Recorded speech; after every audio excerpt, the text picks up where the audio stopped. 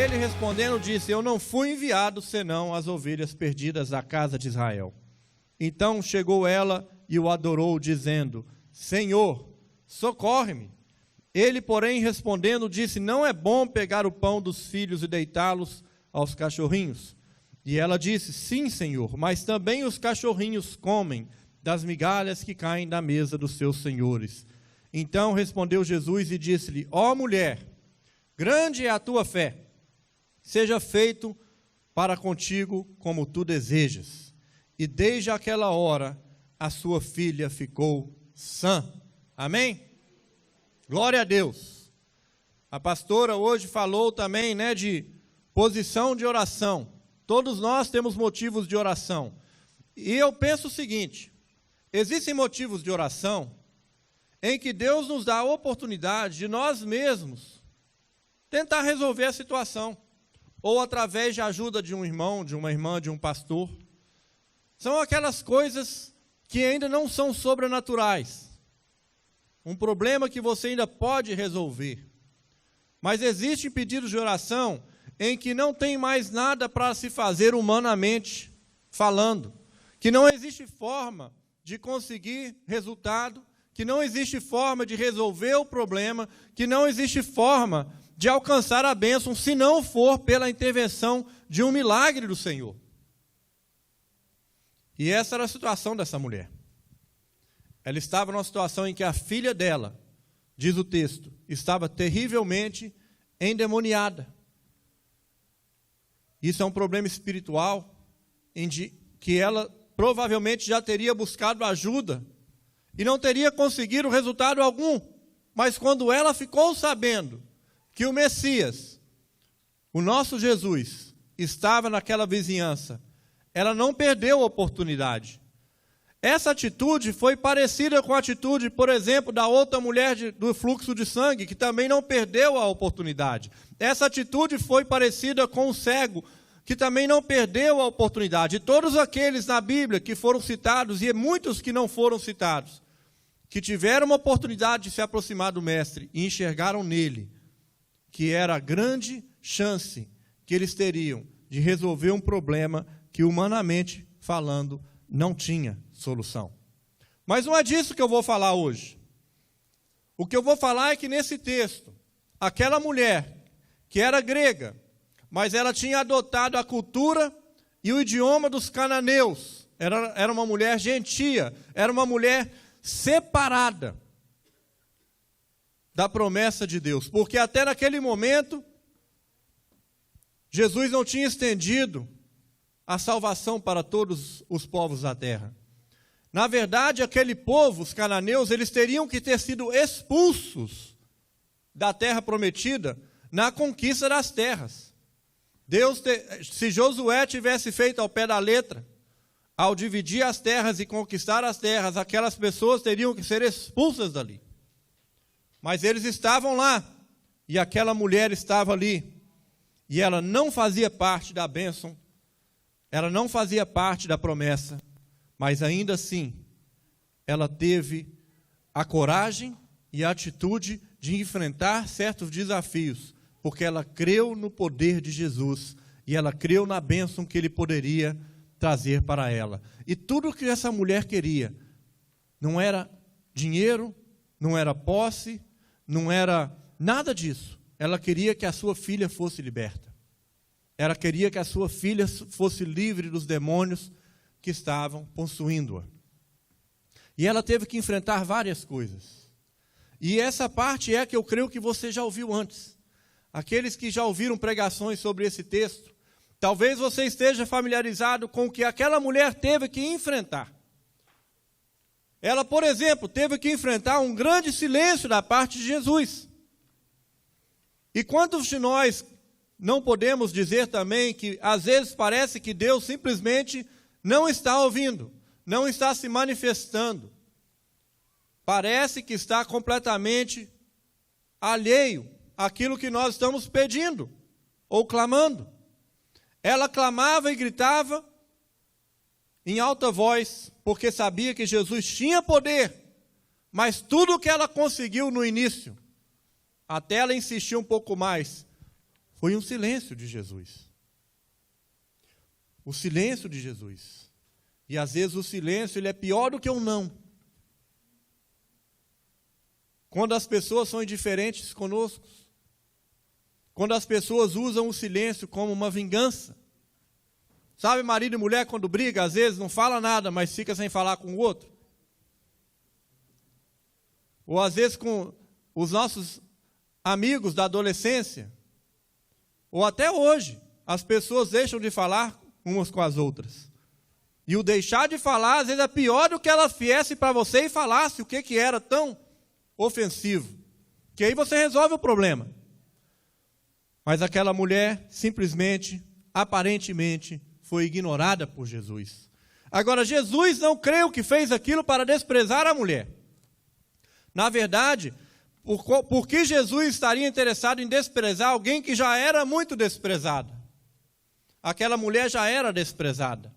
Aquela mulher já tinha as barreiras de ser cananeia, de ser gentia, de não fazer parte.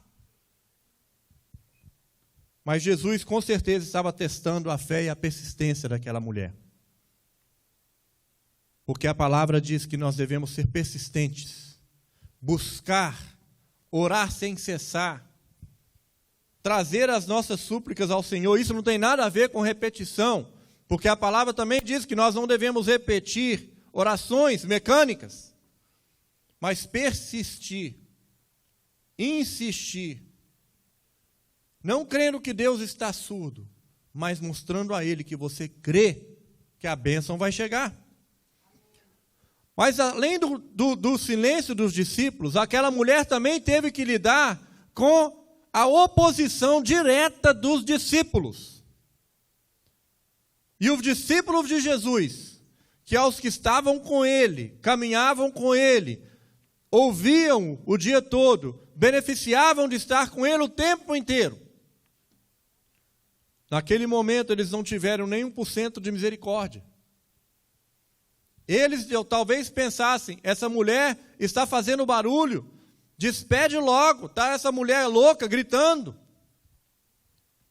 E eles ainda estavam pensando pela lei, porque o pensamento deles era, pela lei essa mulher não tem nada a ver com Jesus. O Messias é para os judeus, o Messias é para nós.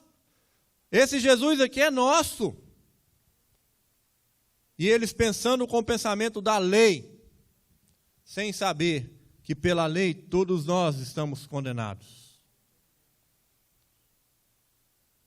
Mas será que Jesus realmente teria vindo só para os judeus? Pela lei, aparentemente sim. Mas depois que ela enfrentou o silêncio de Jesus, depois que ela enfrentou a oposição dos discípulos diretamente, deles dizerem a Jesus, despede essa mulher. Essa mulher está nos incomodando. Manda ela embora. Aquela mulher insistiu. Insistiu. E finalmente Jesus resolveu responder. Mas a resposta de Jesus foi qual? Não vim senão para as ovelhas perdidas da casa de Israel. Rejeição. Primeiro, um silêncio. Depois, uma oposição. E depois, uma rejeição. E agora a rejeição foi do próprio Jesus, a figura do homem que ela tanto cria, que poderia salvar a filha dela. Ela foi rejeitada agora pelo Senhor. Mas a partir dali, a atitude que ela teve foi a reviravolta da vida daquela mulher. Foi quando tudo mudou. E a partir dali, eu creio que muitos crentes chegam e não conseguem ultrapassar essa barreira. Porque isso acontece com a igreja hoje, em que nós pedimos ao Senhor alguma coisa, em que nós pedimos à igreja alguma coisa, ou em que nós pedimos o pastor alguma coisa, ou em que nós dependemos de um amigo para alguma coisa. Mas primeiro, às vezes nós já paramos no silêncio, não conseguimos ultrapassar a barreira. Depois, se você chegar até a parte da rejeição, ou do não, ou da oposição, muito mais difícil fica. Mas a persistência daquela mulher em ir até o fim, em batalhar aquela luta, por saber que não tinha outra solução. Eu fico imaginando, era uma mãe com uma filha endemoniada, aquela mãe que talvez já tinha buscado a ajuda dos religiosos, que talvez já teria buscado todos aqueles mestres da lei, que talvez ela já tinha buscado nos médicos, que talvez já tinha feito de tudo. O desespero que ela estava. Qual mãe não se desesperaria numa situação dessa? Mas ela teve que enfrentar aquela rejeição de ouvir do mestre, que ela basicamente não era filha. Não era filha. Porque ele disse, não vim senão para as ovelhas perdidas da casa de Israel. Israel era o povo de Deus. Israel era a nação escolhida. Israel era o povo separado. Israel era os herdeiros de sangue. Legítimos. Mas eu quero dizer uma coisa para a igreja. Se não fosse pela misericórdia do Senhor, todos nós que estamos aqui hoje seríamos bastardos. Bastardos, né? Se você não se lembra o que significa isso, é um filho de um casamento ilegítimo. É um filho de uma união que não é legítima. Você se torna um bastardo. E bastardos, naquela época, nem o nome eles poderiam ter da família. Tinha que se dar um nome genérico. Não poderiam ter o último nome do pai. Se o pai tivesse pulado a cerca e tido um filho com outra mulher, aquele filho era bastardo e ele não podia herdar o nome do pai. Teria que receber um nome genérico. Espiritualmente, aquela mulher era bastarda. Espiritualmente, todos nós éramos bastardos. Grande a luta foi daquela mulher, mas a persistência dela fez valer. E naquele momento, Jesus mudou a história da humanidade. Ele mudou a história da humanidade.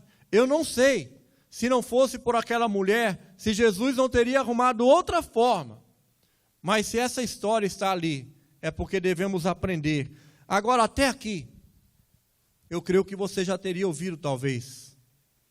Mas vamos aprender um pouco como é que essa mulher conquistou a bênção verdadeiramente. Como que foi que ela conseguiu tocar no coração de Jesus? Como que ela foi e conseguiu mudar a mente de Jesus? Como que ela conseguiu fazer com que Jesus saísse do desprezo para a atenção, para se virar a ela e olhar nos olhos e abençoá-la? A primeira coisa que aquela mulher fez,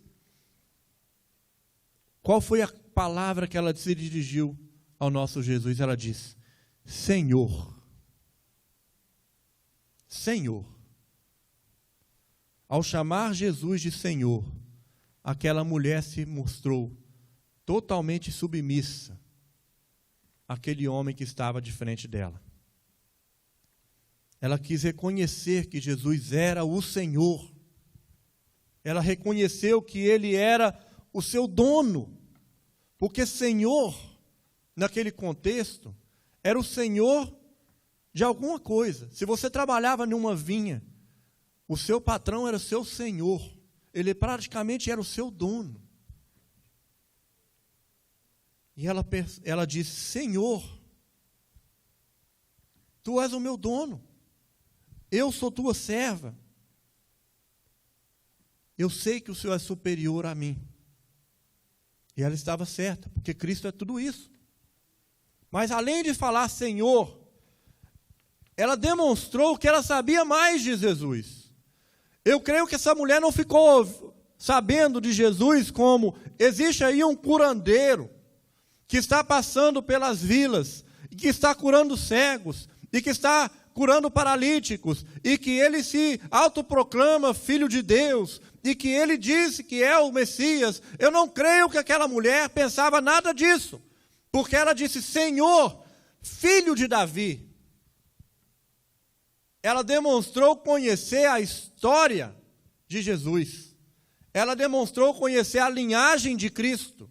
Ela conhecia de onde vinha Jesus. Talvez quando ela ouviu falar, ela reconheceu imediatamente: esse Messias é o Messias que os hebreus e que os judeus falavam dele. É aquele que é filho de Davi, da linhagem de Davi, é aquele que é da promessa de Abraão, é aquele que está lá nas profecias do Velho Testamento.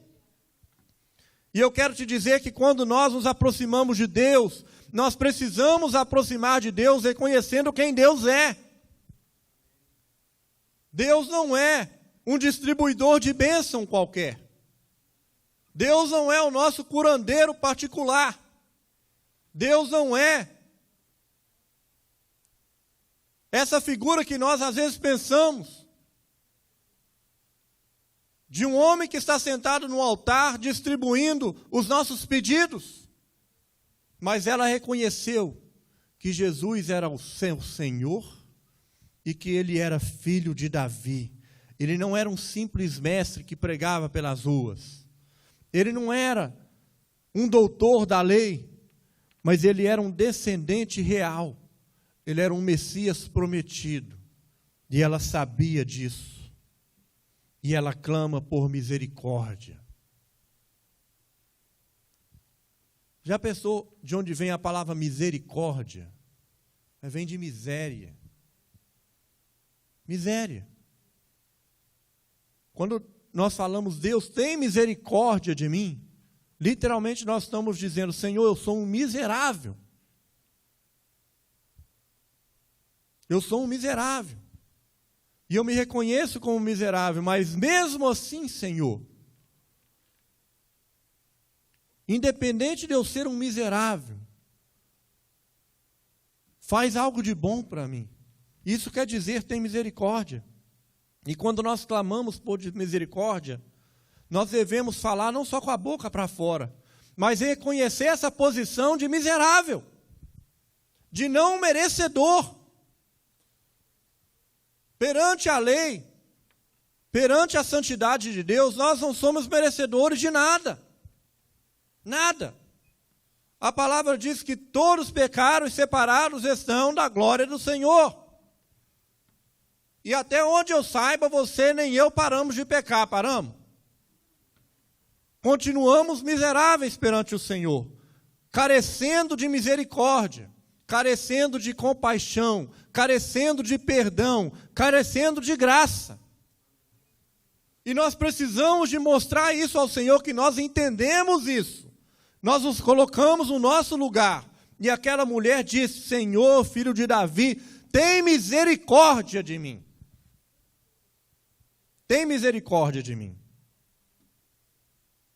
Ela reconheceu que o que ela estava pedindo, ela não merecia. Ela reconheceu que não era para Jesus ter pena, nem para Jesus ter dó. Quando nós damos um dinheiro para um mendigo que pede na rua, nós às vezes damos por pena, né? Por pena e por dó, ou por dor na consciência. Mas chegando a Deus, nós clamamos por misericórdia.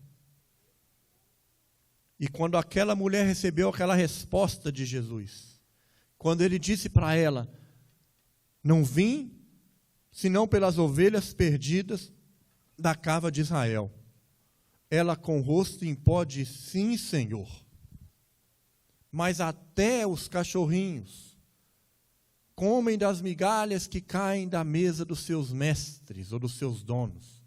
E Jesus de novo falou: mas não convém atirar, né? Ou jogar para os gentis ou para os cachorrinhos aquilo que não os pertence. E ela disse: sim, Senhor, eu entendo, mas uma migalha me basta. Eu não estou pedindo o que está na mesa, não. Eu não estou pedindo a picanha, só a gordura da picanha me basta. Eu não estou pedindo todo esse banquete. Eu me satisfaço com uma migalha do Senhor. E com essa atitude, foi quando ela conseguiu tirar do coração do Senhor compaixão. Que resposta maravilhosa daquela mulher. Que sabedoria que ela teve. Como uma mulher cananeia. Uma mulher que era gentia. Uma mulher que não participava das tradições judaicas. Morava na terra dos cananeus, que eram separados. Não somente eram separados, mas não reconheciam Jesus. Não estavam interessados em Jesus. A Bíblia não fala que a multidão dos cananeus foi lá atrás de Jesus. Ele estava passando pela Cananeia, por toda aquela região. A Bíblia fala que essa mulher foi lá. Muitos o ignoraram, porque não o valorizavam, não o reconheciam. Assim como muitos no mundo hoje não reconhecem a Jesus. Assim como os muitos do mundo hoje não temem a Deus. Não sabem que Jesus é o Salvador. Mas com essa atitude ela diz: Senhor, eu sei muito bem que Tu és o Cristo. Eu sei muito bem que Tu és o filho de Davi. Eu sei muito bem que eu sou miserável e que eu careço da Tua misericórdia. E Senhor, qualquer migalha para mim está bom demais. Qualquer migalha para mim já está bom. Essa mulher nos ensina que, ainda que todos pensassem que o Messias era só para o povo judeu, ela nos ensina que vale a pena buscar a Jesus. Que vale a pena dar a Jesus uma chance. Ela ignorou o fato dela ser separada. Ela ignorou o fato dela não participar da bênção. Mas ela foi e enfrentou as barreiras humanas, as barreiras de rejeições, as barreiras de não, de desprezo, e ela insistiu e persistiu porque ela cria que Jesus tinha poder. E aqui eu tenho um conflito. Porque hoje, aparentemente nas igrejas, existe um movimento de muita pregação de prosperidade, de muita pregação de que nós somos gerações eleitas, estamos assentados na mesa do Pai, que nós merecemos o melhor da terra, que é isso, que é aquilo, e eu não estou dizendo que nós não podemos ter isso. Mas a nossa condição real, a nossa condição verdadeira, se nós não queremos tampar o sol com a peneira, é que nós somos miseráveis e carecemos da glória e carecemos da misericórdia do Senhor. E que se nós passássemos daqui até o dia da nossa morte, recebendo migalhas, já estava bom. Porque quando Paulo estava com o espinho na carne, quando Paulo estava sofrendo, e Paulo era Paulo. Paulo era aquele homem que foi o maior missionário da história. Paulo é aquele que foi e evangelizou toda a Ásia, toda a Grécia, até a corte de Roma perante a César. Esse mesmo Paulo estava com o espinho na carne. E qual que foi a resposta dada a ele? A minha graça te basta. Deveria bastar. A gente já deveria pensar assim: Senhor, só de eu ser salvo já está bom demais. Porque para onde eu ia, para onde eu estava indo e caminhando a passos largos, para onde eu merecia estar, eu estar agora do lado do reino de Deus, sabendo que eu vou ter uma vida, uma eternidade inteira, para assim estar na mesa do Pai, assentado ao lado do Pai, para estar saboreando do banquete, para estar desfrutando da presença de Deus, para não ter mais doença, nem tristeza, para não ter mais depressão, para não ter mais injustiça, para ter só amor e alegria. A tua graça me basta aqui. A tua graça me basta. O Salmo 23 diz o quê? O Senhor meu pastor e nada me faltará. Se o Senhor nosso pastor, e a Bíblia diz que nada nos faltará, além disso, nós recebemos a salvação. Por que e quando é que nos tornamos tão pidões e tão arrogantes. Eu creio que Jesus pode, eu creio que Jesus faz, e eu creio que Deus dá muito mais daquilo que nós merecemos. Mas o importante é nós sabermos que merecer nós não merecemos nada. Mas Deus, por ser tão bondoso, Deus, por ser tão misericordioso, Deus, por ser tão onipotente, por Ele ser tão amável, por Ele te amar tão loucamente, incondicionalmente, é que Ele deseja te dar mais do que você merece. Hoje é dia dos pais, outro dia foi dia das mães. E quem é pai, quem é mãe, quantas vezes você não sente que você deu ao seu filho aquilo que ele não merecia? Às vezes a criança te responde, é mal educada, tira nota ruim na escola, anda com maus companhias, não escuta seus conselhos. Chega no Natal, qual que é a expectativa daquela criança? Aonde está meu presente? Aonde está o meu presente? Não importa o comportamento que ela teve o ano inteiro, a expectativa dela é aonde está o meu presente. Não é isso exatamente o que nós fazemos muitas vezes? Nós não obedecemos a Deus, ou não obedecemos o suficiente. Nós não temos nos arrependido dos nossos pecados diariamente quando deveríamos.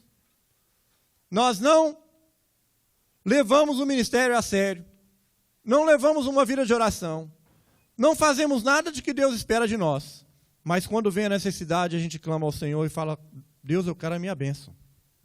Eu quero o meu presente. E mesmo assim, Deus ainda, muitas vezes, estende a mão e fala: está aqui, meu filho. E o pior é que às vezes a gente pensa: eu estou com crédito com o Senhor. Ao invés de pensar: eu sou um miserável, que não mereço nada, e o meu pai é tão bom comigo. O meu pai é tão bom, que ele me deu aquilo que eu não merecia. Agora, se você quiser verdadeiramente desmanchar um coração de um pai, o que você tem que fazer? Se o pai já gosta de dar para o filho o que o filho não merece, só pelo tamanho do amor que ele tem pelo filho. Imagine aquele filho que quer agradar o pai, que quer fazer a vontade do pai, que quer levar as coisas e dar ao pai na hora que tem oportunidade, fazer favores, reconhecer, dar honra, dar o respeito. O que é que aquele pai não daria? Ele daria até o que ele não tem. Mas Deus é dono de todo o ouro e toda a prata. Por isso é que nós temos que mudar a nossa atitude. A atitude dessa mulher é o diferencial. Abençoado todos nós somos. Merecedores ninguém é. Miseráveis todos somos, mas todos nós temos sido tremendamente abençoados. Tremendamente abençoados. Mas se nós conseguirmos mudar a nossa atitude e sempre chegar ao Senhor e dizer: Senhor, filho de Davi, tem misericórdia de mim, ou coisas parecidas, é engrandecer o nome do Senhor, reconhecer quem Ele é, se colocar no teu lugar, me colocar no meu lugar perante o Senhor, mostrando que nós conhecemos a promessa do Senhor, conhecemos a palavra dEle. Isso só vem com leitura, isso só vem com oração, isso vem com estudo. Quando nós falamos com o nosso Pai, tendo reverência a Ele e mostrando a Ele que nós estamos com conhecimento das palavras que Ele mesmo diz, das promessas que Ele mesmo fez, e que nós estamos nos alinhando e enfileirando as nossas atitudes com tudo aquilo que Ele disse, o resultado não pode ser outro senão um derramar de bênção na tua vida. Mas é importante que nós saibamos que nós não merecemos nada. Somos filhos adotivos. Éramos criaturas, agora somos filhos adotivos. E o nosso nome não está no livro da vida como um bastardo. Ele está dando um livro da vida com o nosso nome mesmo, do jeito que você tem. Escrito lá, que você faz parte, que Ele te adotou, te recebeu, te abençoou. E uma migalha nos basta. Porque uma migalha que cai da mesa do Senhor é muito mais do que nós consigamos ter numa grande festa, num grande banquete, em qualquer outro lugar. Tudo que vem do Senhor é precioso.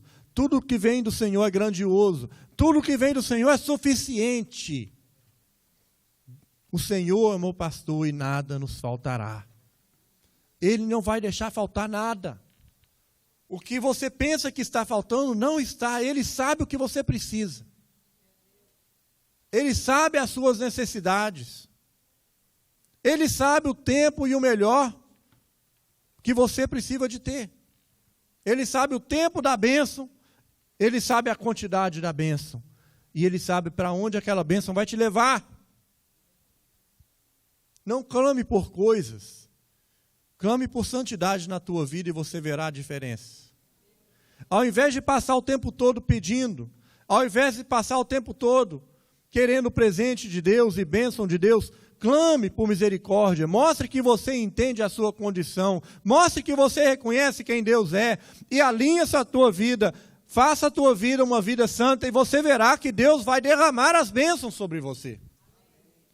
Nós estamos fazendo tudo ao contrário.